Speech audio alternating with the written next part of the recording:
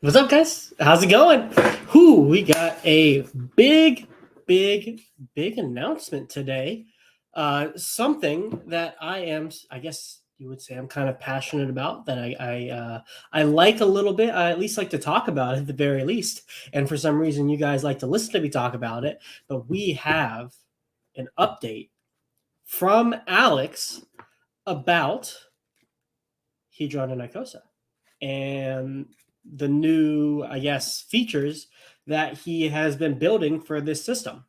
Now, as all of you guys know, Alex has teased that he's been working on, well, multiple stuff by now at this point, an HSI Watson Marketplace, Rocket Pool Fork, and this unification thing.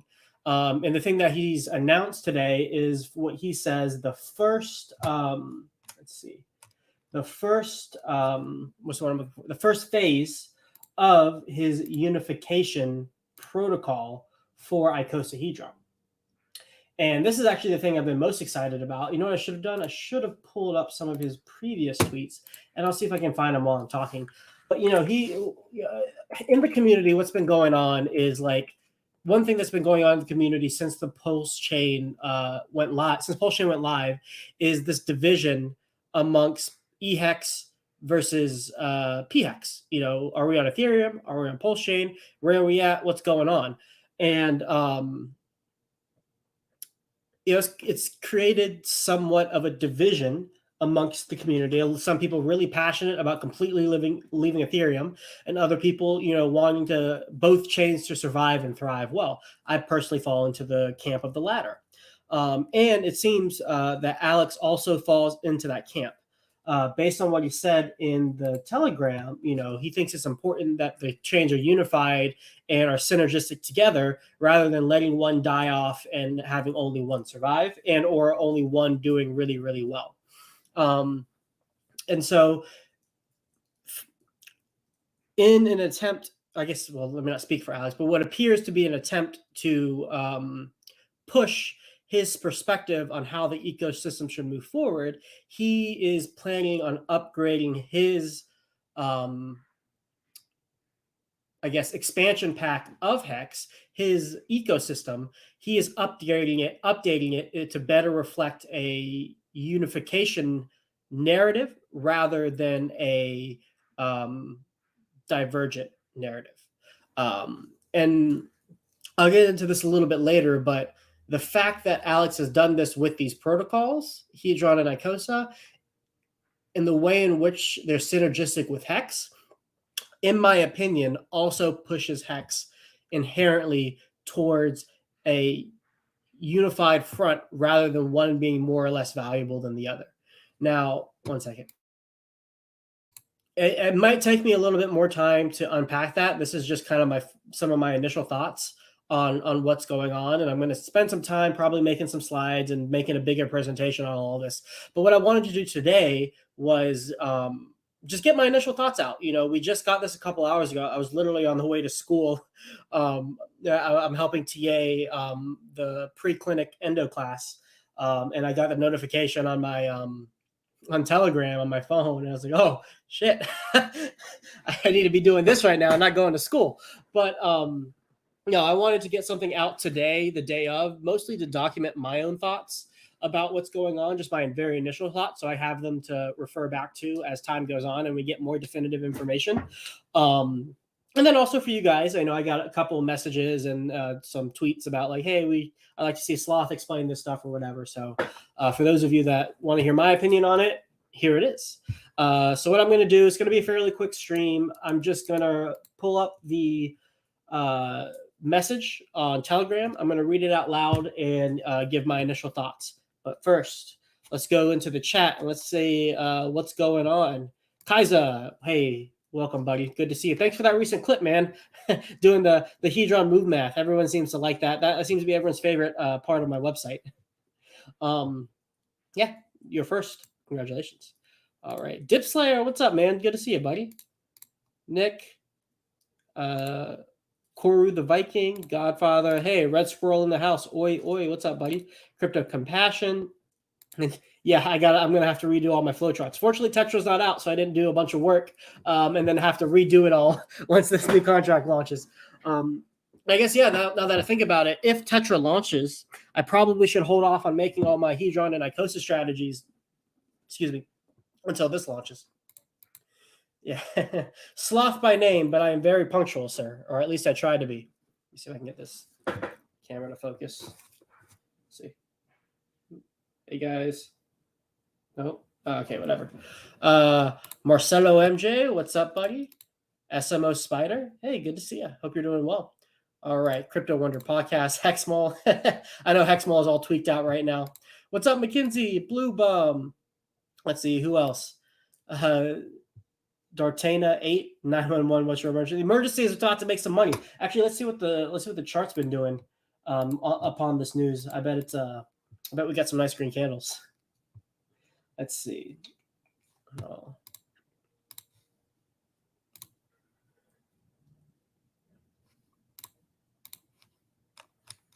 Let's see. Well, Hedron has not bounced up that much. And no, it looks like we got a little bump in price. Nice little green candle. Not too bad. Yeah. Okay. Crypto Kong, what's up, buddy? I'm sure we'll be seeing some good videos from you soon about your thoughts on this. And yeah, I agree, man. Sith Master Hex, the upgrade from Alex is straight fire. Hope you're doing well, buddy. All right. Yeah.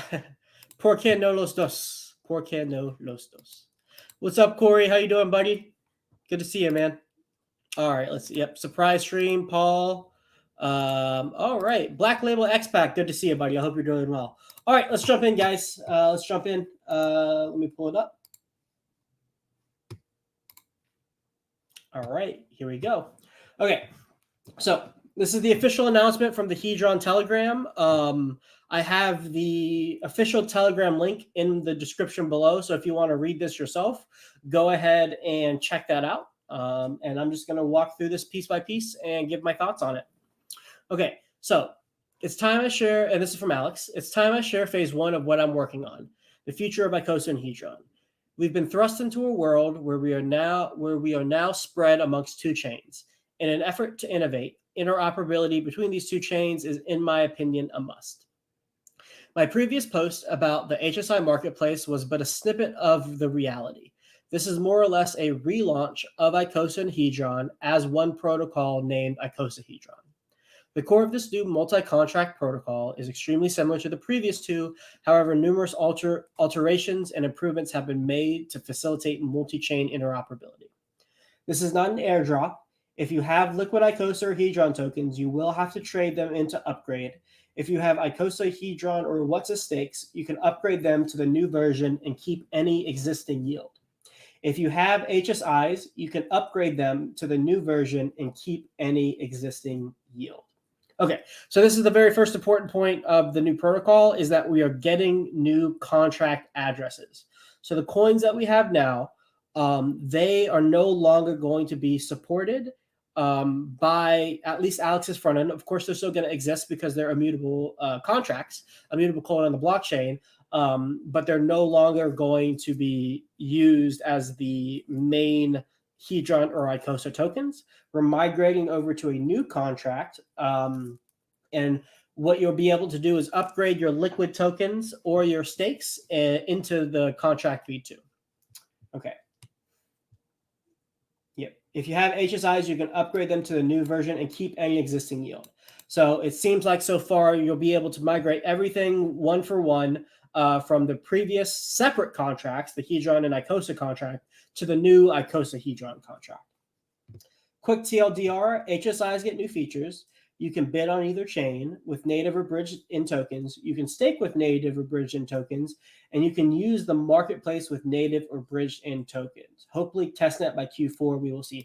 Okay, so we're at least a couple months away from seeing this live in terms of a testnet, being able to use our code ourselves. But, you know, Alex's MO is kind of, he doesn't really talk about things or release details until it's like pretty done. And so he's probably like really towards the back end of all the development and all of this. So, you know, we'll probably see it sooner rather than later. Although, delays are always in the game, and there's no shame in delaying things to make sure that the quality is of the highest quality.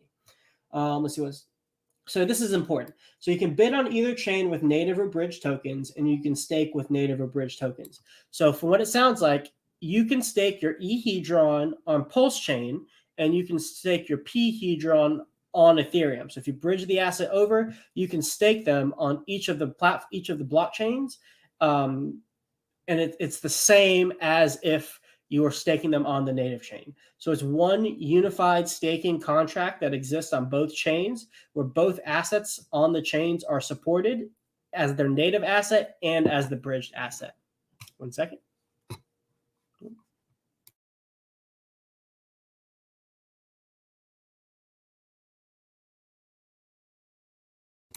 Okay. One interesting thing I'd like to see is which bridge is supported. I assume it's the official Pulse Chain bridge. Those are the bridge assets that we would use. I don't think that if you use like a different bridge, I don't know if those new bridge and assets are a different contract address or not. I'm not sure how that technically works. I'm sure, this is all preliminary data. We don't have a white paper or an official document yet. Let's see. And then you can use the marketplace with native bridge tokens. Yeah. Okay. So let's talk about the HSIs. Current HSIs are upgradable to HMIs, hex mining instances. And this is actually something I thought was really interesting. It's the perfect, and it's a very opportune time to make this switch for Hedron and Icosa, because technically Richard has changed the vernacular for hex in the first place. So making these semantic switches are a little bit easier and more justifiable for Alex in the first place, because technically, it's not hex staking anymore, it's hex mining, right? So that's kind of nice that he was able to take advantage of that, change in social consensus. So we no longer will be using HSIs. It'll be HMIs. HMIs maintain all previous HSI features, so nothing about that is changing. HMIs can call arbitrary functions, i.e. to be able to claim airdrops to native hex miners. Note, this is only partially true for HSIs upgraded to HMI. Stakes created as HMI from the beginning, however, have full control over the airdrops. So it seems that the limitations of HSIs in terms of being able to claim airdrops will still exist to a degree for those that are migrated over to HMIs. But if you just create an HMI in of itself, then you are going to automatically be able to claim all your airdrops. And I really like this because there were 2 airdrops in specific that excluded Hedron holders or HSI users, and that was Pulse Doge and Communis, right? Both of them had a kind of philosophical position against HSIs because they presumably bypass the need to delay your gratification for your hex stakes. And so they did not support it. Well, now it doesn't matter what you think because HMIs are going to be able to get any airdrop that's given to hex stakers into perpetuity. So that kind of argument of whether I should do an HSI or not based on the future airdrops available no longer exists, and people can't impose their personal philosophical views on how hex should be used by excluding HSIs or HMI users now. They're automatically going to be included. And I like that a lot because in my opinion, staking through HSIs is doesn't break hex in any way, shape, or form. So from a personal view, it's kind of nice to know that people can't exclude HSI people anymore. But that's more of a personal thing. Okay. HMIs can have multiple owners, multi-sig. So this is actually pretty important, I think, for say institutions or anybody who's building using hex in the future, hex stakes in the future as kind of a financial base, or multiple people want to claim some kind of ownership over it. So because of how strong Hex's monetary policy is, the soundness of it, I speculate that people will use it to build on in the future, not in the same way that Hex, Hedron, and Maxi are, but use it as the engine for their own personal financial systems that they're building. Say like a good example might be GameFi, for example. You're using Hex stakes somehow to fuel that. I don't know exactly how that would look, but the point of that is that if people were trying to use hex stakes to build on top of hex stakes, the fact that one person, or that the fact that it's limited to one specific wallet signature is kind of a security risk. And so now with multi-sig, you can kind of have like a more DAO-like environment around each individual ASSI. So I think that opens up a whole new avenue of game theory for hex stakes that we didn't have before. And I like it a lot on its face. I like it a lot. Okay. HMIs do not need to be tokenized. They are already in token form. Okay. So now instead of a smart contract owning, it's not instead of an NFT, or now instead of a hex stake being wrapped in a smart contract, which is wrapped into an NFT, it seems like the smart contract that the stake is wrapped in is already an NFT in of itself.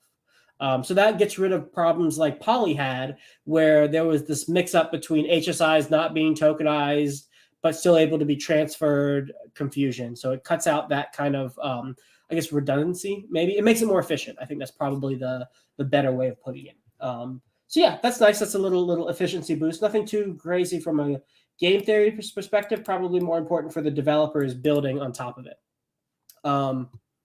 Let's see what else. Okay, so that's HSIs. Now we have HMIs. Let's talk about Hedron.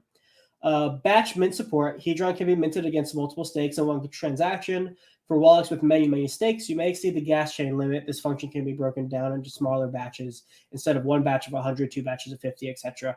For those whale wallets that exist. Okay, so that's a nice efficiency boost. Yeah, that's an efficiency boost. You can, in one function, do everything you need to instead of having to manually click over. So that's a nice UI update. What's the word? User experience update. Okay, this is a big one. Leverage borrow. Hedron can be borrowed against HMIs up to 10x. This will 10x the fees and 10x the repayment speed. It's a linear thing. 2x leverage would double the fees / repayment speed. So this is pretty, user interface update. Thank you, SMO Spider. Okay, so this leverage borrow is pretty important. Let me see if I can zoom this in a little bit. No. Okay, so this is pretty big. Leverage borrowing. So before, you were not able to borrow. Say you had a 10x bonus on your HSI. You were not able to borrow 10x the amount of Hedron. You were only able to borrow the 1x, the base rate. And so this changes the dynamic of borrowing, because now you can get 10x leverage on your HSIs trustlessly. And so I'm not going to frame it in terms of good or bad, but it definitely is a new feature, a new mechanic that the system can have. So like, you can easily wreck yourself with this, because not only do you have to pay back 10x the fees, but you all pay 10x the fees, but you also have to pay 10x the repayment speed as well. So if it took like 10 years to pay off, you'd have to pay it in 1 year. So if the fee was $1, you have to pay $10 of fees in a year instead of $1 fees in 10 years. So it exponentially increases the probability of getting liquidated. And so 10x is going to be pretty drastic. Maybe like a 2x or 3x might be more reasonable if you're wanting to do leverage in the first place. But what this also does is increases, like Million says, it increases the burning, because if you default, then you also need to pay that 10x amount of Hedron back. So the borrowing of Hedron is a little bit more powerful. There's a lot more magnitude behind it potentially, and then that definitely opens up the ability to do cooler things. Like, this is kind of like not a flash loan exactly, but you can borrow really quickly to take advantage of something, say like on fiat, where you need a lot of Hedron to do something. Take advantage of it really quick, close some kind of arbitration gap, and then pay off your leveraged what's the word I'm looking for? Your leveraged debt on your HSI. Now, I was talking about this actually in a thread that Lamont Black has been, unsuitable. Thank you. That's the word I was looking. Velocity of money will increase by a lot. Absolutely. That's what I was trying to say. Thank you. Lamont Black has actually been pretty active on the Hex community lately, which I've really enjoyed reading the his threads, but I commented in one of them where he was talking about being able to borrow on Hex, like you would be able to with like a treasury bond or something like that. And so this is increasing that usability. And what I was talking about was like HSIs, or I guess HMIs, as a form of decentralized credit. Well, now you have a form of decentralized leverage credit, which I like that we have the option. And I think this is a good thing, both in terms of Hedron being burned and as well as optionality for the users. Okay, next, fee calculations have been reworked to support the previous one. Portions of this are given to Icosa for distribution. Okay, so before, with the Icosa pool, you would get Hedron from staking your Icosa. That Hedron came from the advances that were taken on the HSIs by the Icosa contract when you sold it to the HSI buyback function. That was the only form of Hedron yield that you could earn in the system, was coming from that. So if HSI buybacks or defaults didn't happen, then that Hedron payout would never, not even borrowing. If people that didn't use the HSI buyback feature, then that would mean that there would not be any Hedron yield. Well, now we have a second avenue of yield, of Hedron yield being paid to Icosa stakers, and that is the fees that are being paid to service the debt of HMIs are going to be given to Icosa holders. And before, those fees were just burned, which that resulted in Icosa yield. But now the Hedron, the fees in Hedron are both going towards Icosa yield and going towards Hedron yield.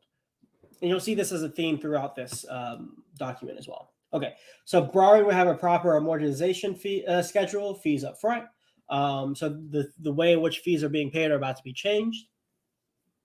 Auctions would now have a duration randomly selected between 24 and 72 hours. This is to disincentivize bots.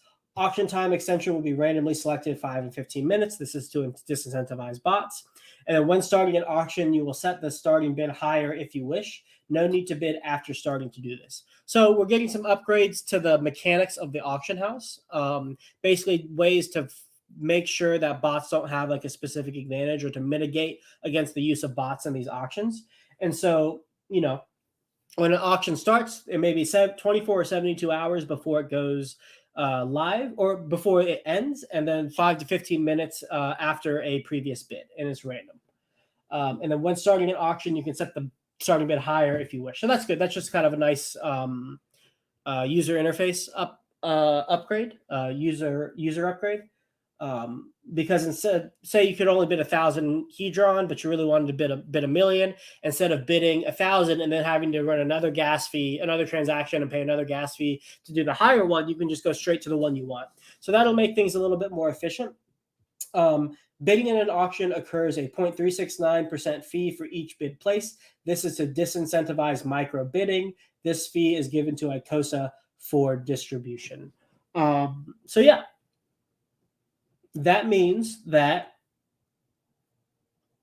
another avenue of Hedron yield is opened up. Fees from paying back a loan, and fees from bidding in the HSI auction.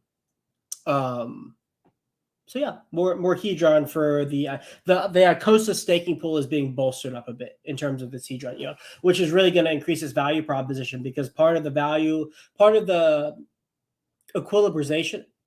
equilibration, or no, that's not the word I want. Part of the homeostatic principles of Icosa is its ability to earn Hedron in the staking pool. Yeah. So that's just increasing that value prop. And then bidding can be done with bridged in Hedron on either chain. Yeah. So this is the kind of the unification theme. So you can bridge your Hedron on Ethereum over to Pulse Chain to bid on Pulse Chain HSIs. And then you can bridge your Pulse Chain P Hedron to Ethereum to bid on your HMIs on Hedron, sorry guys, to bid on the Ethereum based HMIs. And actually, I wonder, I bet you don't even need to bridge to do it. I bet you can do both on both chains. So you can bid anything you want on one chain and then win it on the other one. I have a feeling that that's how it works, but we'll need Alex to confirm that. Okay. Because that's kind of the theme of what's going on. You can do something on one chain, and it's the same as doing it on the other chain. You can stake Hedron on Pulse chain, and then have it also affect the stuff on the Ethereum chain too. That's kind of like the theme that we're having here. I wait for further details to confirm that. But yeah, let me think.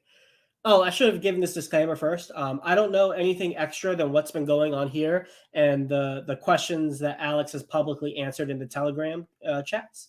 So everything I say here may not be 100% right based on the way the code is currently written and what Alex has done. So Alex is the final authority on this. It is not me. I'm just interpreting this and reading it live based on my understanding. So I just want to give that disclaimer. 1 second.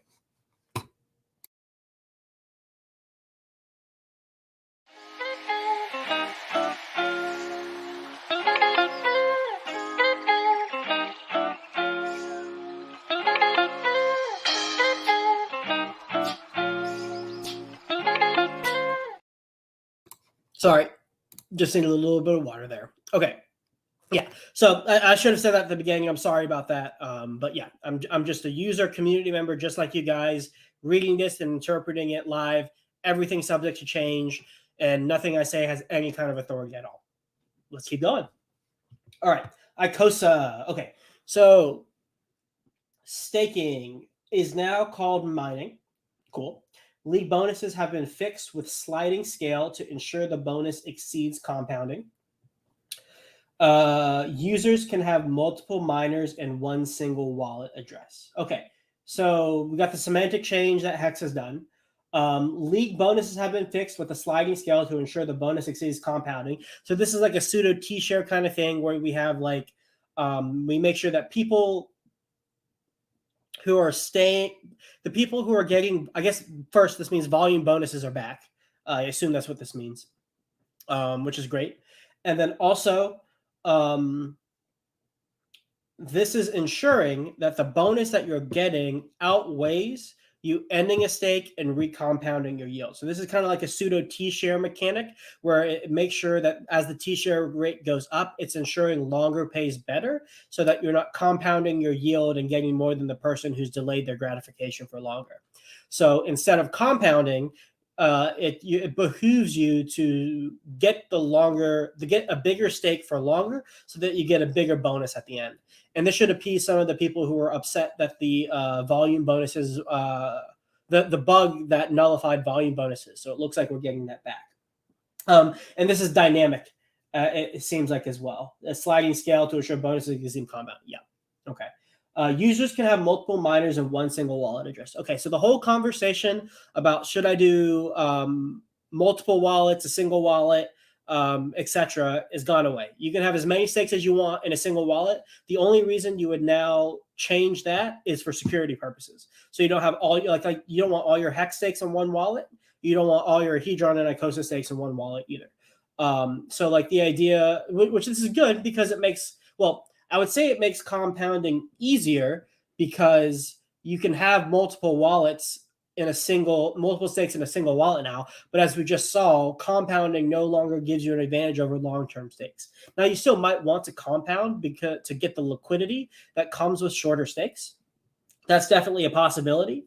Or if you want to use shorter stakes to feed the yield into a longer term stake that you have, because I'm sure the rules,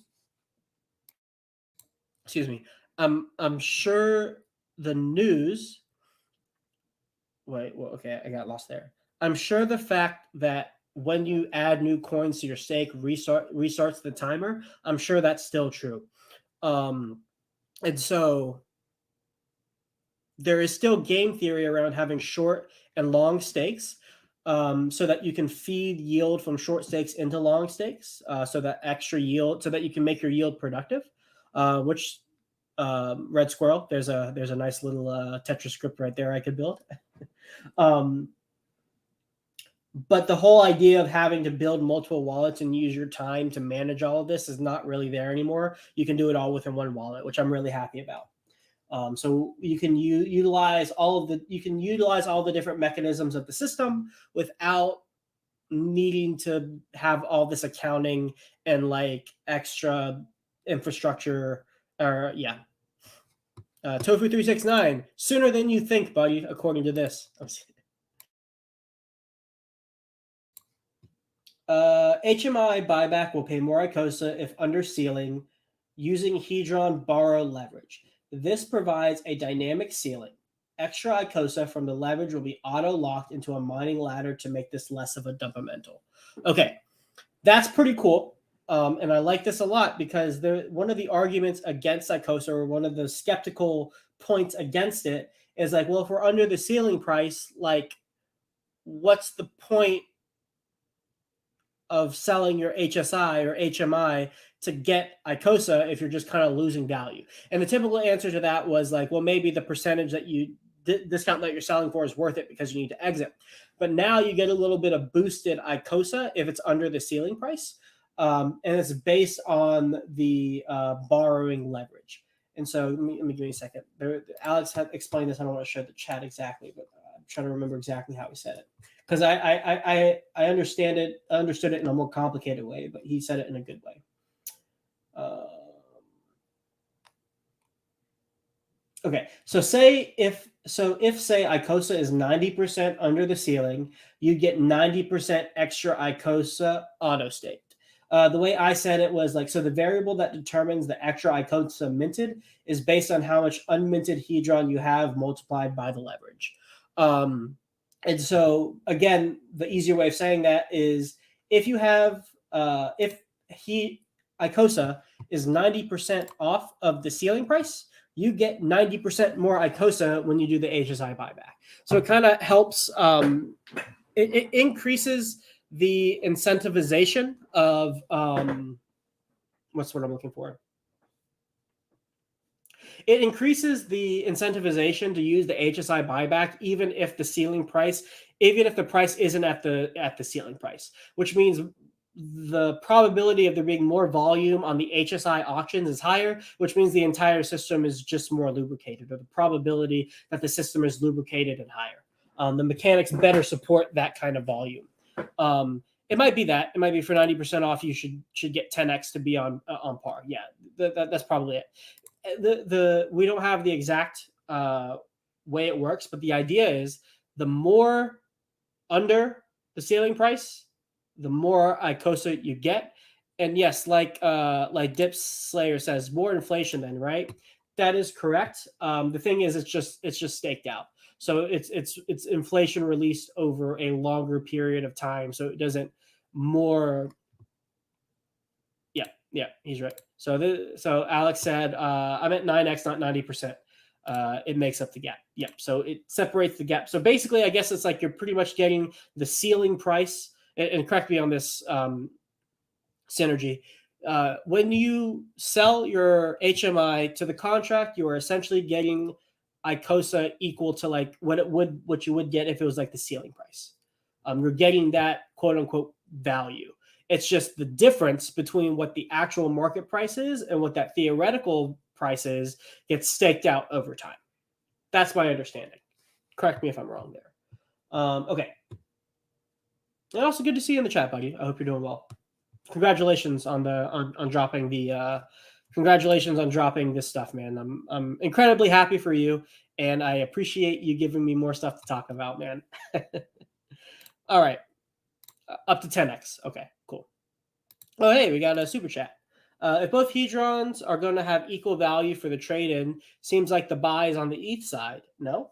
Yeah. So if we assume, and I'm going to make this as an assumption because I don't know if this is actually true based on the mechanics. But if the mechanics are these new mechanics exist in such a way where it would force parity or make it so that the intrinsic valuation of each of the hedrons is the same, then the one you would want to buy is on the chain that's cheaper. Not the chain that's cheaper. The coin you want to buy, you want to buy the cheaper hedron. Yes. Shaka vibes. Yes, you're right. I'm getting my words a little tongue tied. I'm so excited. Yeah. It's been real hard to talk. Well, now you're letting me talk about it for you, buddy. No, I can imagine it's been pretty tough, man. I'm glad we got it out now. Okay, a couple more. Let me see if there's any question. Yeah, Miss Chief. This could bring the Icosas and Hedron to parity. And I guess now that we're kind of on the topic, I'll talk about it. So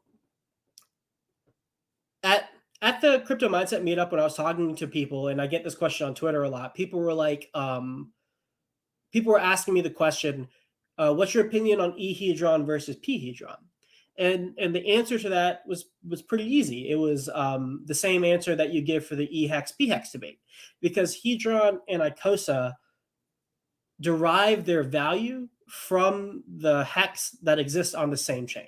So ehedron and eicosa derive its value from ehex, and phedron and picosa derive its value from phex, right? So if the Ethereum asset, if the hex asset on either chain dies, then it also follows that the hedron and Icosa on that chain also dies.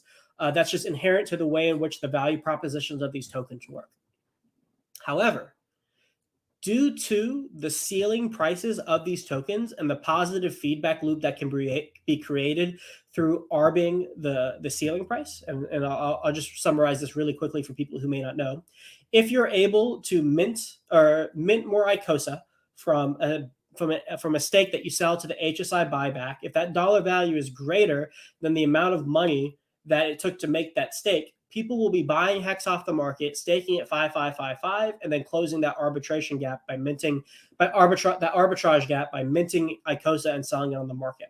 What that does is it pumps the hex price, which raises the ceiling, which then allows for it pumps the hex price, raising the ceiling again, and so it just kind of has this loop where hex pumps, giving Icosa more value, pumping it, and then eventually go to the ceiling, and it creates this feedback loop. Same with Hedron, except instead of minting the Hedron through a buyback, you mint it through borrowing it. But either way, Hex gets locked up for 5555 to take advantage of this opportunity.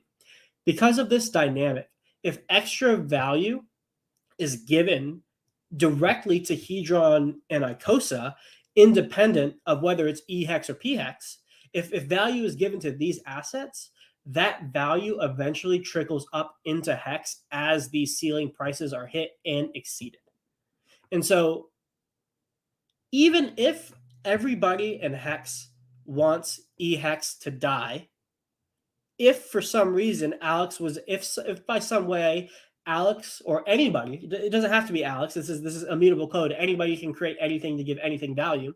If sufficient enough value was given to ehedron and eicosa, if that magnitude is sufficient enough, it could trickle that value all the way up into hex and automatically give it value itself, right? And so I see this this new upgrade as one of the first iterations or first instantiations of this concept, where the downstream assets are getting extra value in a manner in which that trickles up to the base asset, which is hex.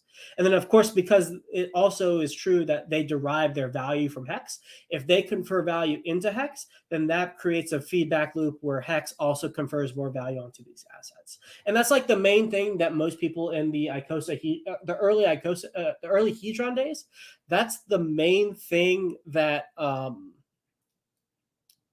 we all got excited about. The feedback loop of value as each of the assets gains in value.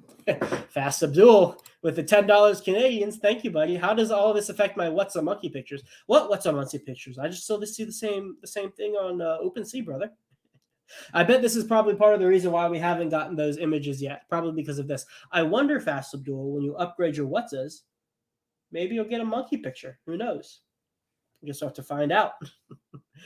Thank you for the super chat, buddy. Thank you both, Shaka Vibes and Fast Abdul, for the super chat. I appreciate it, man. So what I don't understand, we have to trade in our Icosa and Hedron to receive the new tokens, correct? Nope. You're correct. They are all. It's a complete migration over, and we'll get to a little bit of that later. See if there's anything I also want to answer really quickly.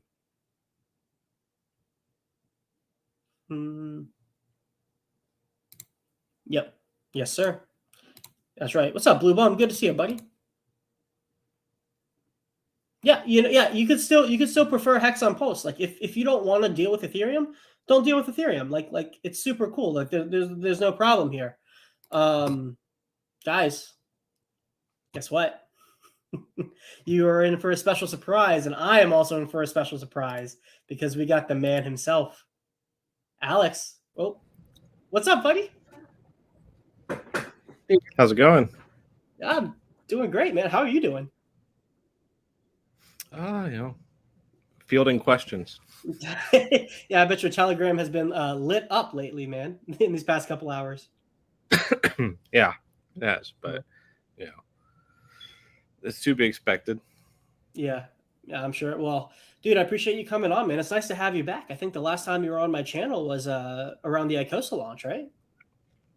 Probably. I think it has been a while. Yeah. Yeah. Well, I'm glad to have you back, man. Yeah. So I guess what do you want to say, man? Anything on your mind? How do you want to start this off? Um, I think you can keep going on the reading. Yeah. But the the real point of all this is like nobody ever talks about it. It's something that blows my mind. It's like Hmm. the core of maybe not everything is wrong, but a lot of the things that people perceive as wrong. And I'll put it this way. Okay, so Yeah. we went from being in a situation where we have Hex, we have Hedron, we have Max, we have all these things. We're all on Ethereum. Hmm. The people in the community who are liquidity providers they piled in Uniswap because that's what we had. That Hmm. was just the place to do it. And then Pulse launches, right? Hmm. Well, immediately, like at first, basically half the LP goes to Pulse. Like that's fairly expected. But what has happened throughout Pulse's like short history so far is, well, now you have Pulse, you have Pulse X, you have Ink, and you have all these other things that are getting created, and that LP continually gets fractured and fractured and fractured and fractured. There's only so much of it from Hmm. the early days that can come in, and with the state of the overall macro environment, there's not a ton of new LP to go around. Yeah. So you have this situation where the LP is so severely fractured over so many places, and then you have things like things we take for granted on the Ethereum side. So like Uniswap's V3 router is very good Hmm. at doing like 4 or 5 hop token transfers. Like if for example, like if Icosa is paired to Hedron and Hedron's paired to Hex, and then Hex is paired to USDC, if Hmm. you want to buy Icosa, well, it'll Uniswap will just traverse all of that, and Yep. PulseX doesn't quite do that 100% right yet. Yep. So you end up with these pockets of LP that are just kind of out there, but not accessible unless you know in advance that they're there. The Hmm. visibility is bad, and then you have things like Fux that are producing pretty massive yield for LP providers. And I think that's great for Fox and it's great for LP providers. But what ends up happening is like, well, we have a bridge. We have a bridge that'll let you take any token you want. So Hmm. what you've seen over the past few months is everything that's basically not an RH token has migrated its way to Fox, even the Ethereum side. Yep. So, and that including eHex too. So now Yep. you're in this position where it's like you want to tell your friends about Hex. And like, okay, let me go check Dex Screener and I'll go buy it on Yeah. Uniswap. And then it's like, oh, it says insufficient liquidity, or it's like going to have a 20% price impact. And it's Yeah. like, It what's makes it this? look like a shitcoin. And yeah, and then tell your friends, like, no, no, no, that's eHex. What you really want is Hex. It's on Pulse Chain, and you can get there through the bridge, and then you can swap on Fox or Hmm. PulseX or whatever. But you've already lost them by the time that Yep. conversation's started. Um, Hmm. and it's like we don't necessarily need to have all this LP on ETH. It doesn't make sense to have it on ETH when Hmm. we want all of it on Pulse in the first place. But if we can have better unity between the native tokens, then it doesn't really matter if the LP is a little lower on the ETH side. If the tokens are effectively usable in the same way, then people can just arb the difference. Hmm. Even it's like LP doesn't matter. So we kind of get the best of both worlds in that scenario. And it's better Hmm. optics, it's better operability, it's everything's easier to use. Like Like, how many times do I got asked the question when Pulse launched for probably about at least a month of people coming over Mhm. and like, "Hey, I bridged my eHedron to Pulse and I want to bid." And I'm like, "Yeah, you can't do It's not that." how that works, buddy. Yeah, but they have the concept that it should. Like in their eyes, Yeah. it's like, I bridged it. Why doesn't it work? And it's like, why Yep. shouldn't it work? It should work. There's no Yeah. reason it shouldn't work.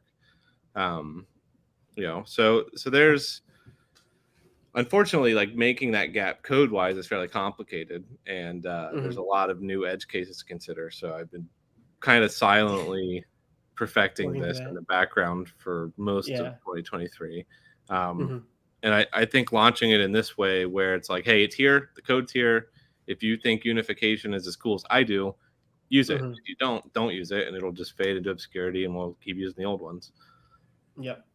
Yeah, I like that a lot, and I'm definitely in the same boat as you, where I think unification is the way to go. I think it's more net positive than dropping one and only going with the other.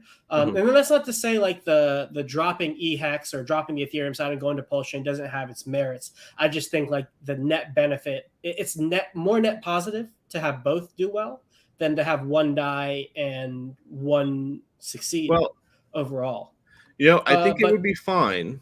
I think it would mhm, be fine if everyone agreed. If yeah, everyone agreed that eHex died tomorrow, that it was it'd be going to go okay. to zero, and no one Mhm, would ever use it again, then I think that would be fine, right? We mhm, would move on and life would go on. And when people search Hex, like, it would be the Pulse version, and a lot of this confusion would go away. Um, mhm, but we're never going to reach that kind of social consensus. It's just mhm. you can't get all people involved to do that. And then even if you do get everyone No, involved, I think you got Hexfire Crystal Meth already on that side. I don't think you need to convince him anymore. Yeah. but like, even if you get everyone out of it, then it just takes Mhm. one new guy to come in and be like, "Oh, I'm gonna buy this thing that's zero." Like, like, Yeah. you can't make it go away. Mhm. So if we can't make it go away, we can make it like the less opportune thing to use. Like, it can have less LP, and it can you know have all of these negative qualities to it. Mhm. It just it can't look like crap. It's like you have your house and you have all these nice things in your house, but then you've got toilets and trash in your front yard. It's Mhm. like we don't want that. Yeah. What was I gonna say? The dynamic of being able to use both like the P and E side of the asset together on something like, because you can bid with both of them, right? Like you can bid with Yeah, either P hedron or E hedron and get an HMI on either Ethereum or Pulse chain, correct? yeah. Yeah. So you're And gonna get the one that you bid on the yeah. chain that you bid on, but you Mhm. can use Okay. either token to bid. So if you want to completely, like, go away from Ethereum, like, I'm done with it entirely, you Mhm. can take all of your Hedron, bridge it over, and just use it like it's native Pulse Hedron. Gotcha. But HMIs that are on Pulse, PHMIs are only ever going to be on Pulse chain for bidding, and the same thing on Ethereum. Like you can't bid on a Ethereum HMI on Pulse chain. You have to. Maybe one day if we get good NFT bridging, but like the big problem there is you're stuck with this limitation of Hex, right? It's like, if Mhm. Hex was also going to come out and do a V2 Yeah. where they had some of this kind of stuff baked into it, then you could do something like that. But you're still Yeah. stuck with this core thing of, like, EHEX and PHEX are not the same thing, and unless Mhm. there's a new one, they are Mhm. never going to be the same thing. Yeah. So what we can do is just make the transition as easy as possible, right? Yeah. It's like, okay, well, we can just take all the derivative stuff, version 2 that, do Mhm. all of the unification, cross chain swapping, all that crap, and then now you're in the situation where it's like, okay, EHEX and PHEX are different, but they're kind of linked, at least a little bit. Mhm. And if you want Can to you? completely abandon one, the path's actually easier now, because you can just take all of your derivative tokens and use them on the other side. Yeah. Can you bid with both of them together on a single stake, or do you have to choose one or the other? Like, can I bid It like? treats them as the same. So, like, if you're doing a bid, it will have two spots. It'll have phedron and ehedron, and Mhm. then it adds the two together, and that's your bid. Okay, so it's not any kind of dollar value. It's just the It's value, the just the number of token. tokens. Yeah. That's really interesting because somebody could come in. So say P Hedron is worth 10x more than E Hedron hypothetically. Well, you can bid more E Hedron than P Hedron, but it has a lower dollar value, Yep. right? So if you bid a So there's an thousand, ARB opportunity there to go and try to keep the prices relatively yeah. similar. So basically, it incentivizes people to whichever chain you're on. It incentivizes them to go buy the cheaper one because you get more Hedron by doing that. Yeah, and there'll be discrepancies there. Like, you know, like I don't expect a bunch of LP to return to ETH. The fees are just too Mm-hmm. bad. So like you might see a situation where it's like, okay, the prices are relatively the same, but there's 10x less LP on ETH. So it's like Gotcha. maybe it's You'll not slip the price. practical to go there and arbit for this one auction, and but maybe another auction that's smaller, it will be. So like there's going to be, I don't think there's going to be this perfect pairing, Mm-hmm. but they'll probably be closer, is my guess. Yeah. Well, dexes like PHUX kind of do Mm-hmm. throw a wrench into that a little bit because they provide deeper liquidity across all of these assets for sure. Yeah, So it and makes it's, which I think is a great thing. You just can't be like, oh, okay, you want to buy this thing for this other chain. Uh, go bridge your stables over, buy there, and then bridge them back. yeah, It's like yeah. it's just, it's nonsensical, and I think it'll get better. I think it'll be a point where, I know a lot of people are talking about like cross chain swaps and stuff like that. Um, it is kind of a newsflash. Like, cross chain swaps are great. I think we will have them in that they will be functional at some point, Mm-hmm. like kind of wide mass. I think there's actually some people doing it now, but if the LP sucks on one side, the fees aren't worth it because you're paying the bridging and the swapping and eating the IL, like all of it, Yep. plus whatever their fees are. It's like, you know, like It adds up. It you adds up you pretty you quickly. actually kind of, if you want like cross chain interoperability, you actually need at least like some kind of decent interoperability experience. Right now we don't have it. Right now we have everyone flocking to Pulse Chain, leaving the ETH Mm-hmm. stuff for dead, which makes us look bad to everyone else in our Yep. own little ecosystem. It's, Yeah. it's, and I don't think that's a net. Like, I don't think that's a problem in and of itself. I just think the optics are a bit of a problem, and Mm-hmm. I think you can have the optics and most of the LP be on the Pulse side at the same time, as long Mm-hmm. as the protocols interoperate with each other. Yeah. All right, here's a question from Shaka Vibes. So are we swapping our current Hedron to a brand new token, or all the coins stay the same but can be used on either chain? So you'll be converting your old Hedron into a new Hedron that'll have a different. It'll have a extremely similar ticker. It's a ticker, I think, probably a better ticker, but I'm not telling anyone the ticker right now because, Scams. yeah, I don't want there to be a bajillion things with that ticker Mm-hmm. while we wait. Yeah.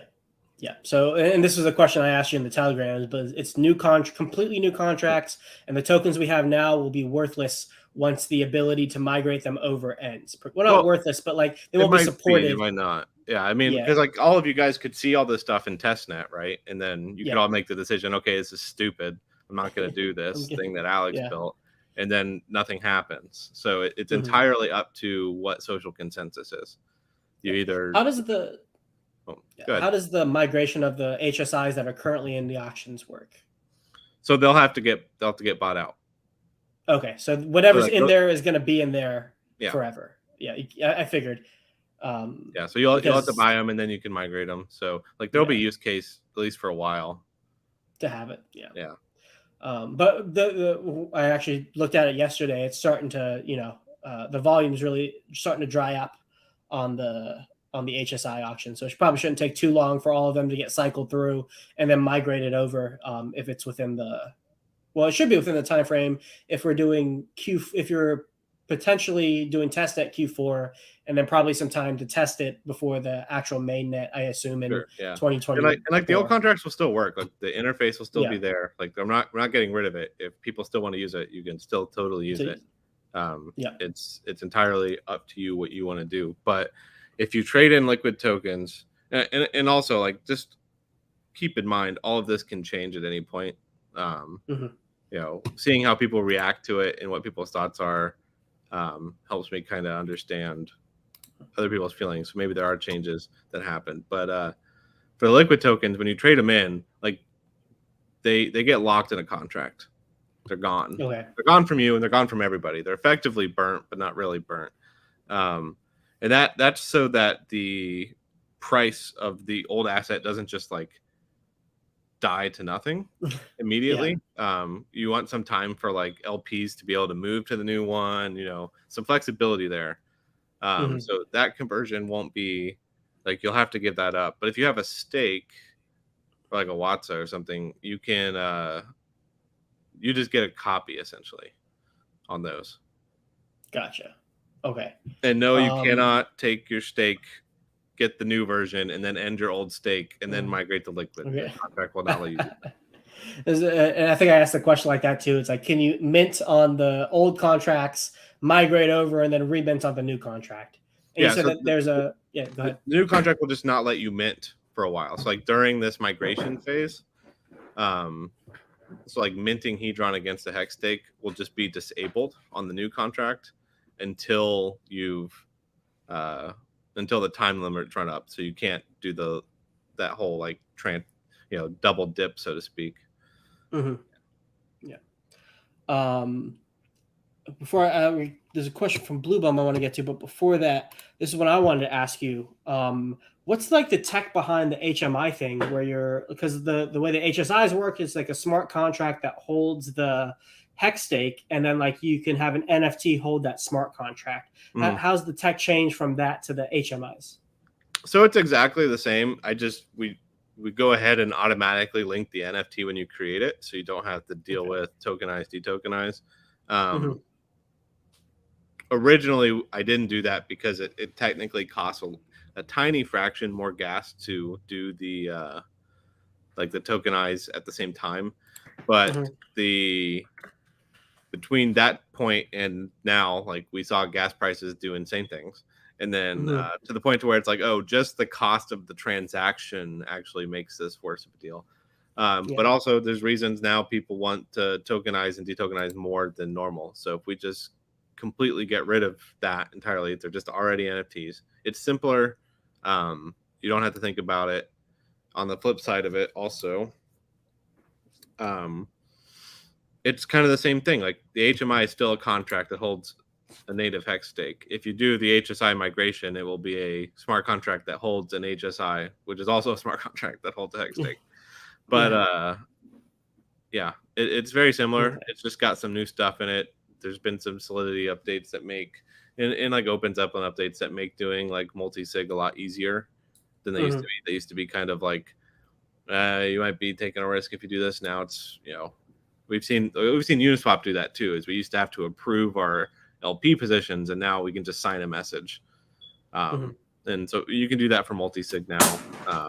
Just the standardization is better across the board. So gotcha. So doing things like multi-sig and adding the arbitrary function. Arbitrary function will be cool. It'll actually make an HMI basically a somewhat less featureful Gnosis safe. Like you can use it. You can technically use it for anything.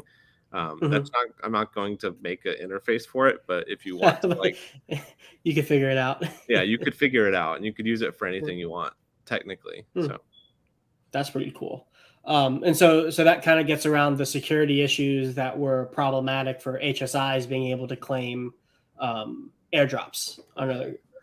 So it still technically exists. Like, here's the thing: you have a smart contract that holds your hex stake that can call anything, and I don't. It's not actually anything. Like, it's not going to be able to call itself. It's not going to be able to call the Hedron or Icosa contract. It won't be able to call hex. So like that kind of protects your hex stake inside of it from being able to, because like one thing you could do, if you can call an arbitrary function call from anything, and let's say you allow it to talk to hex, well then someone can do the arbitrary call the hex contract, ES the stake, but leave the HMI shell.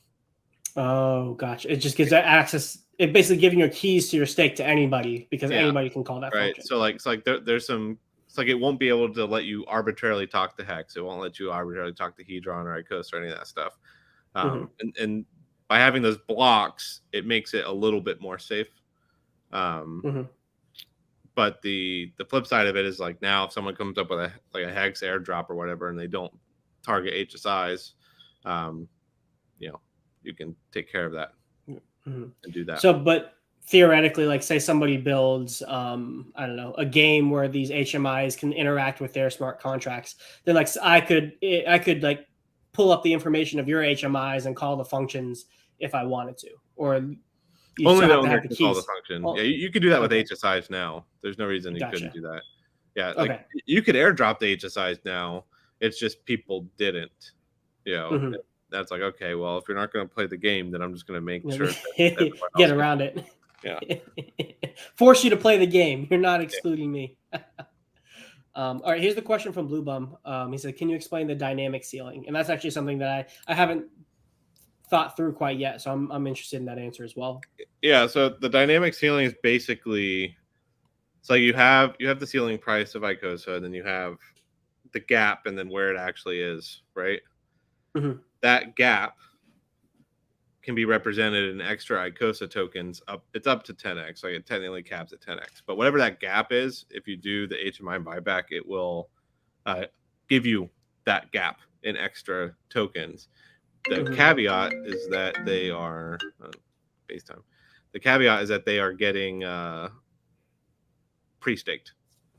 Mm-hmm. It's like they're not like Gotcha. Is it one stake, or I think it said on there it's a ladder, or is right it just now. one? Right now, it'll just do it in one stake. So like every one you do will be its own stake. The idea I've played with is like allowing you to instead add it to an existing one. Mm-hmm. So like there's some thought to put Mm-hmm. into that a little bit, but more And complexity. and the idea behind that is just to add extra incentive to HSI buybacks generally, Yeah, or is there it another? just realigns the incentives and then allows uh it fixes the incentive and then realigns like what's the right word for that? Can't think of it. I had it on the tip of my tongue. But yeah, anyway, fixes the incentive. Mm-hmm. That's the big thing. Mm-hmm. And yeah. And then, are you using Oracle for that? No. Well, kinda. So we're gonna use PulseX and Uniswap as oracles. Probably. Okay. Unless Fox gets an ETH version, then you know, next couple months maybe. I heard somebody's been in Buck's ear about that, but you know, we Yeah. won't talk. Yeah. We could use it. But yeah, so I'm sure they're real it's busy. just gonna fetch the price off of DEX effectively Gotcha. to make that happen. Okay. And it only cares about it doesn't care about like the USD price. Mm-hmm. Like this is like something that's really hard for everyone I talk to understand. I've had this discussion with so many people. You Yeah. probably understand this, but Mm-hmm. when Hex has a USDC pairing as its main, that's like having concrete floor, right? Yeah. I remember you talking about this. It was a Yeah, good point. Yeah. yeah. It's like the up and down price movements are directly relationed to actual Mm-hmm. movement in the market. Yeah. Now that Hex is primarily paired to Pulse, it's like having a Jello floor. And so it's Yep. like, well, if Pulse dumps 20%, Hex also dumps 20%. And then Yep. if people see the Hex dip 20% and then they dump it another 20% themselves, because like, oh my God, Yeah, well, it's gone now it down. did. Okay. Hex only Yeah. dipped 20%, but if you're looking at USD prices, it dipped 40%. Mm-hmm. And it's like really, if you want to know what's happening in the market, you have to ratio trade now. Like USD prices Mm-hmm. are almost irrelevant. Yep. Like it's like really what you care about is the Hex price in relation to Pulse. And when you Yep. look at Hedron, you care about the Hedron price related to Hex. Like Yep. it just gets worse and worse down the chain because of us now no longer having that like solid price floor. Yep.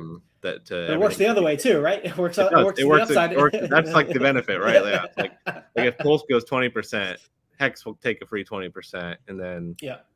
people Yeah. buy or whatever. Then it's plus for it. Yeah, it's like a trampoline effect. Yeah. Um, Mhm. I was thinking about this actually earlier, yesterday or a couple of days ago, and with the USD kind of solid foundation that you built the price chart on for Hex. Like it also kind of, the price was like a pseudo indicator of the degree of distribution of the coin Mhm. in a way, where it's like, you know, as the coin got lower in price, it meant like you're able to distribute more. But now that we're tied to Pulse, the USD price really doesn't represent that as much, But it because doesn't. like you can have it go down further in USD price without it like replicating the previous conditions that it was in, when it was first that price. I haven't thought this through fully, but it's essentially getting at what you're at. Like we can see new lower USDC price, and to your other point, it looks like trash from the outside looking in, Mhm. because our charts are getting absolutely decimated. But the liquidity context of the entire system has changed to such a drastic degree. You kind of have to, you know, understand that to stay in the game, I guess. Yeah, and like Stay it in the game doesn't with help that like confidence. Fox doesn't show up on Dex Screener, Yeah, right? It's like absolutely. I Yeah, think it shows up on DeFi Llama, but like not on Dex Screener yet. So like that's a whole market that nobody sees when they Google this stuff. yeah. And on the flip side of this, also like another thing I think a lot about as far as like market downturn is Hmm. we Hex rode a bear, right? Hex went Yep. down like nine. I don't know what the 99%, baby. pre-pulse. What's pre-pulse like 98, Yeah, it's like, I 97? think we're probably at a cent and a half right now between both of them, something like that. Yeah. So like Hex did its downturn, Hmm. and everyone was like, "Oh, this is the bottom," and they might have been right. But the problem was is like everyone who took part in the pulse sacrifice, they didn't experience a bottom, Hmm. right? So like they got their sacrifice, and then on day one when they got it, it's like, oh, this is pretty much worth what I put in it. Get my So money back. yeah, so they could do that, and Hmm. because Hex is And they tied to did. Pulse, like Hex could literally like if Pulse does a 99% dip, I hope to God it doesn't, but if it did, Hex would Yeah. do another 99%, Yeah. It added and an extra layer, an extra set of energy that what you talk about, like yeah, for financial entropy to it. Hold on, let me rephrase that. Extra energy was added into the system that needed to be distributed based on your principle of financial entropy, where yeah, it had already previously been distributed before Pulse Chain has launched. But now a whole new set of energy needed to be distributed once Pulse Chain launched because of the dynamics you just described. yeah, and it's problematic a little bit because you're now in this situation where it's like great, anyone who sacrificed the Pulse, like they're not down as much. Um, Hmm. but now they have the potential to make everything go down more if they want to. And Hmm. that can happen, and nobody has to sell Hex. Yep. Nobody has to sell a single Hex, and that can still happen. Yep. So if you're looking at charts and you're looking at like USDC prices, like or USD prices, like it's such a red herring because they're not representative of what's actually happening. But it also looks like crap. It's like hard to like Yeah. go like very few people are going to their friends right now that aren't in Hex and be like, yeah, I'm in Hex today, you know? That hasn't happened for a good year. Probably, Yeah, guys, I'm in X.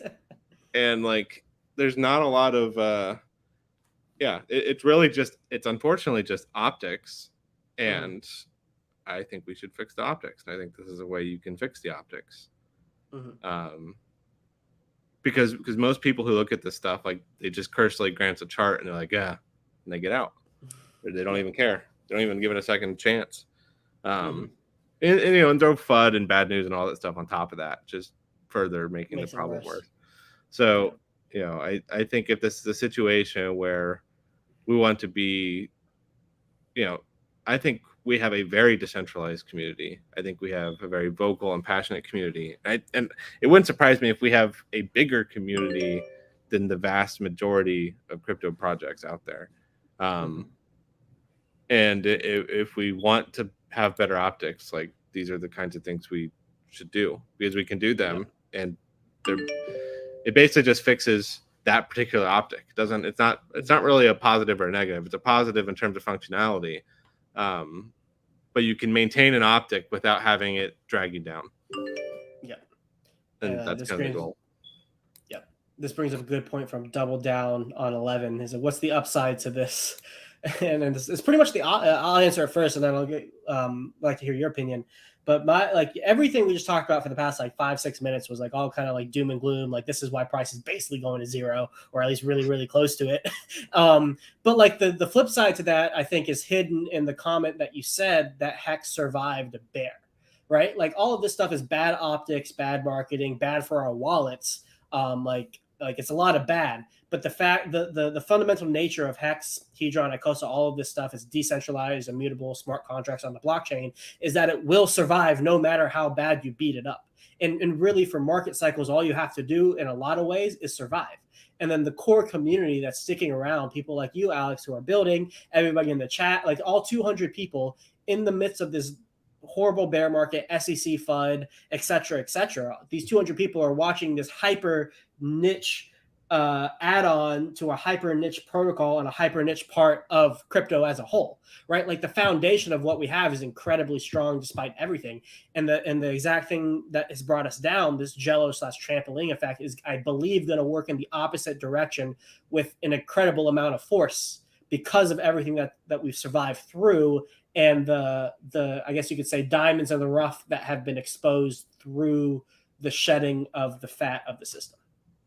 Yeah, I mean, pretty much exactly. Like there's trampoline effect absolutely works in the opposite way. We see it all the time. It's just you need to, you need to stop going down in the trampoline first. But the once that's done, then it's great. But it's the big question.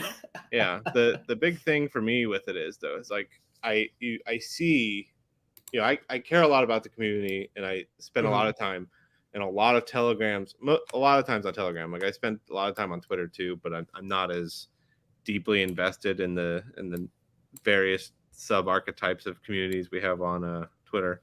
But I'm in a lot of telegrams, and I look at what people are saying and complaining about, or how they're feeling about stuff. And the recurring thing is like, they see Hex price go down. They're like, who sold Hex? And the answer is nobody. And they don't understand that, and we need to. So like, I think this ultimately, things like this make it easier because it eliminates that thought. It eliminates you having to understand all of that stuff. And it's like, hey, this is just like you're here, you've got your token, you can use it. I don't care what chain it came from. You can bid, you can stake, whatever, or create a miner. In that kind of universality, people are going to massively prefer the Pulse side just because the fees are cheaper. But just the fact that it is universal creates a better balance and hopefully better optics out of that. Yeah, I agree, man. Yeah, I like that. Let's see if there's anything else. Anything else? I'm trying to think where I left off. I got through most of the first part of the message, but I didn't get to the notes part yet. Is there anything else about the protocol you want to mention that we haven't touched on yet? One of the things that people have known about for a while is like I want it to have an integrated marketplace. Yeah. So like that's probably not what you're thinking. Like that part's done, and that part's really cool. It is not OpenSea, right? Like it's in the Icosa app. You're using it, but it's data driven, extremely data driven, and it's more about. I don't know if anyone's ever like used Fidelity, JP Morgan, whatever, and tried to buy like bonds off of people on those platforms, but like you see like I only own Hex. You see like when they bought it, what it's yielding, got all this stuff. It ranks everything. It's got very data driven, and it's like I want that for HSIs or HMIs. Gotcha. Yeah. Okay. And it'll have like a thing you hover over it, you can see the picture. But wait, Alex. Will there be monkey pictures? There'll be monkey pictures. There you go, Fast Abdul. You got your answer. There will be monkey pictures. I'm looking forward to that too, and talk about the way in which the currency that's used to bid on it and like the fees of that system. Yeah, so the open marketplace is you list for basically any of the Hedron Icosa versions, any of the Hex versions. The Hedron Icosa version. So there's two pieces to it. If it sells for a non-native version, right? That's what you list it for. That goes into a pool contract, which then is can be basically batch sent back to the other chain to burn later. Like someone will Okay. pay the gas to do that at some point, and they'll get some reward for doing it. Okay. The hex stuff is buy and burn, so Okay. it'll buy and burn Icosa, and there's a couple places where like buy and burn takes place in this. Hmm. Obviously I had to cut all the stuff down into like two Telegram messages, so it's like Yeah. it's not all there, and I don't want to release all the details yet because some of them are still kind of fluctuating on whether or not that's going to be the end result. But uh, Hmm. yeah, that marketplace is really just about speculation on future hex price through derivatives. It's basically Gotcha. the entire thing. That's cool. So the fees, non-native fees, are bridged back over to the native chain basically Yep. through a batch send, and then native fees, it's a buy and burn type situation. Yep. Was the thing that you use to bid or buy, is that any currency that you want, or is that only like the Hedron, Icosa, Hex? It's I whatever remember, the I remember there lister being. wants. So if the Okay, person, gotcha, so like the person listing it will check mark the things that they will accept. gotcha. Okay, cool. Well, and there's Um, actually like a dynamic one too. So because this thing mhm, keeps track of the ratio on the PulseX pairs or Uniswap mhm. pairs or whatever, you one of the features I want to like kind of finalize and make work is a sell for a dynamic percentage discount or premium. Mhm. So like you can go on there and list something and say, hey, I want to sell this at a 10% premium. And then it doesn't matter Mm, what the price does. You don't have to come back and check the price. It gotcha. will only do it if the conditions are met, at which, okay, this is 10% premium 10% over this of value. whatever it is. And I guess you could do it at the discount too if you wanted to do like a discount that was in between the ceiling price and I'm trying to think what there's a, or whatever's on like an auction house or something like that. Or if you wanted to sell it at a discount for some reason to get it quicker, you Yeah. could Yeah, choose the you spread. could say like I want to sell it at a 10% discount, and Yeah, the prices can do what they do in the real world. Doesn't matter. It only actually executes if it matches it's that a condition. discount. Gotcha. Nice. And then you also have stuff for the the poly contract and some of the Maximus people team and stuff, right? Yeah, so Tanto reached out to me earlier today a little bit. So we're Hmm. gonna come up with something. With Poly, I think you can just natively trade it in for like 1.1 ish Hedron per Poly, Hmm. and that's just done. Um, for the Maximus stuff, they have a bunch of obviously have a bunch of tokens. I think you could probably airdrop stuff in some form proportionally to the team contract, and Hmm. so like that's some stuff that I'll work with him on. But I do Hmm. think that obviously the Poly guys are basically Hedron guys, like they should be included in this. Um, Yeah. the Maxi guys, maybe they're not as like into the community. Some of them are, but the at the end of the day, they went into that with the idea that they were going to get Hex and Hedron out of it, so they should get Hmm. Hex and Hedron out of it, at Excellent. least for Yeah. the cycle that we're currently on. Yeah. That makes sense. Yeah, because I guess because they're native hex stakes. Well, and well, the way the contracts was written, they're calling the old contracts. They're Yeah, not calling these new correct. contracts. So they're just minting the old Hedron, not the new stuff. Yep. Gotcha. So yes, find some solution to make sure that they are included in the migration as well. That makes Yep. sense. I was a little confused on that for a second, but that makes sense. That's kind of nice with the poly thing. You pretty much just get to make them whole immediately. It's like, hey, just get Yeah, the the base poly is an easy base redemption rate. solution. The Maximus stuff's a little harder, so like there Hmm. needs to be some thought put into that, and like that's probably the only real blocker.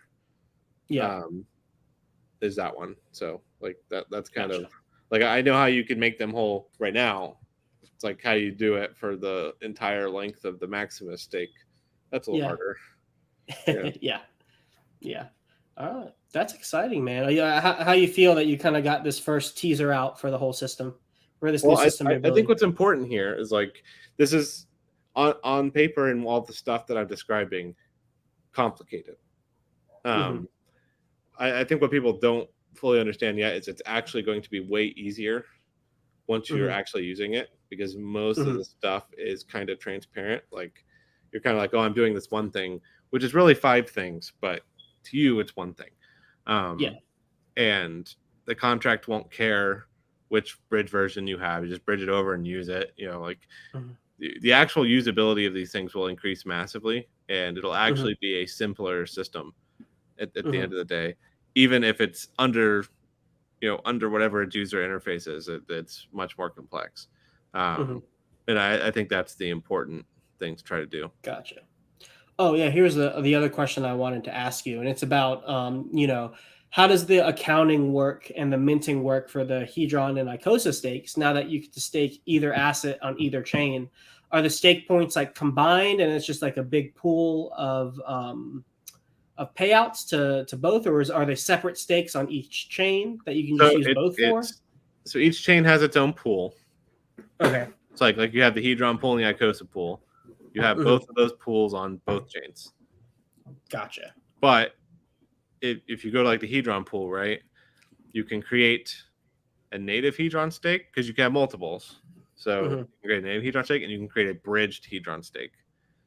They Okay. exist in the same pool and have exactly the Hmm. same properties. So that means if everyone does it on the Pulse side, well, now there's a lot more potential yield on the east side. Gotcha.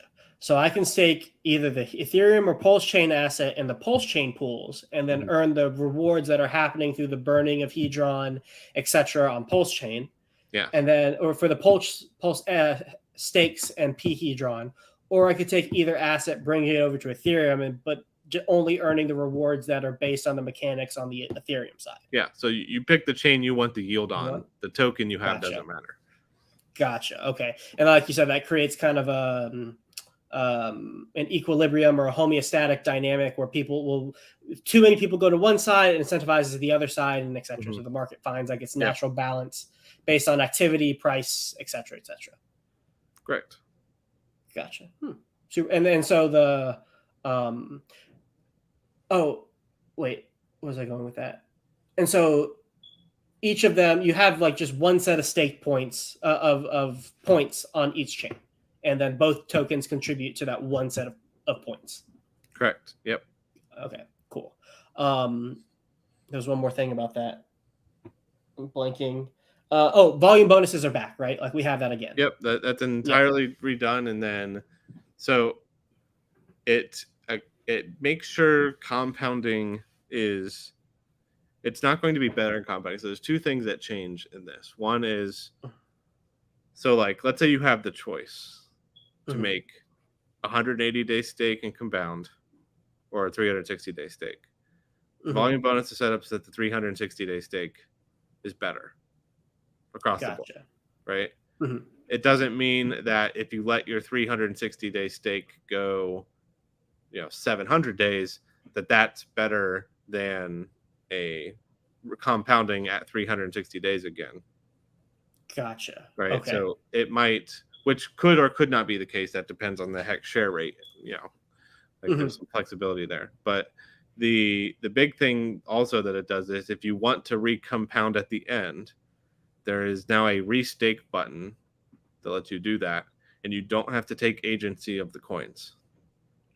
Mm, So it gotcha. so it just Yeah. takes the yield you would get, doesn't actually make the coins, but pretends it did, and then Does some counting for you, and then just keeps yeah. it going. So that way Keeps you the don't party have going. with the recent IRS stuff that came out with staking.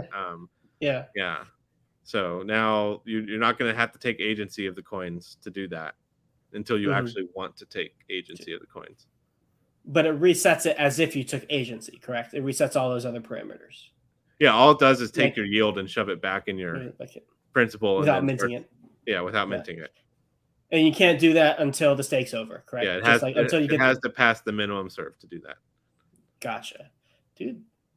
That's exciting, man. Well, I'm really excited for this, man. I'm excited to keep diving into it more. I'm excited for more details as they come out, man. I appreciate you letting us all aware of this, and also just building all this stuff, man. Like at least I could speak for me personally. Like all the stuff that you build has kept my attention much longer, kept my interest, and like bolstered my confidence in the whole system. So I appreciate all your work, my friend. Thank you so Yeah, much. I'm just trying to do cool stuff, and I think in what an eventual goal is, and I've talked with a couple other Pulse guys about this. Like, if we can eventually create something where, like, Pulse chain is the state dumping ground for other chains, where it's like this hub and spoke model, but Pulse chain's cheap.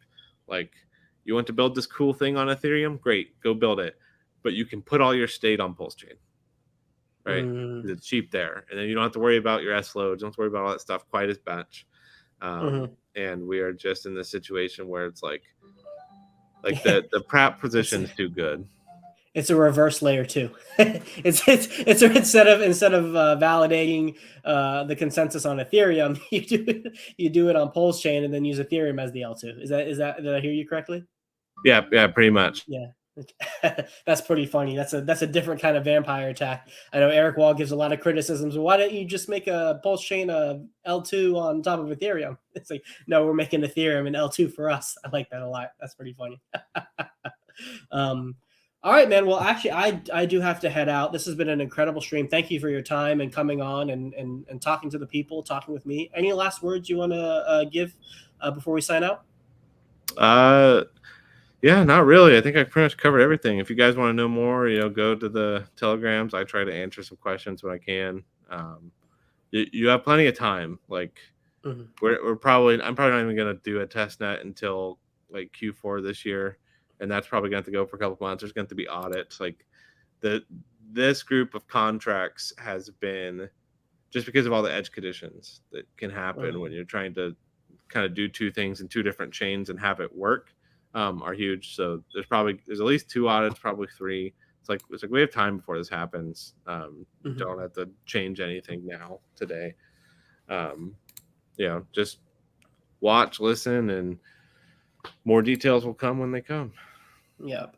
Awesome. And everybody in the chat, I know there were a lot of questions I didn't get to. I'm really sorry about that. But the Hedron and Icosa Telegram chats are great resources. They got a great group of moderators, and I know Alex is in there answering questions. So I'm sure, Alex, you don't mind me saying, don't hesitate to go in there, ask whatever questions you have. And then, if you have questions for me, feel free to shoot me a tweet or something like that. I'm happy to help as much as I can.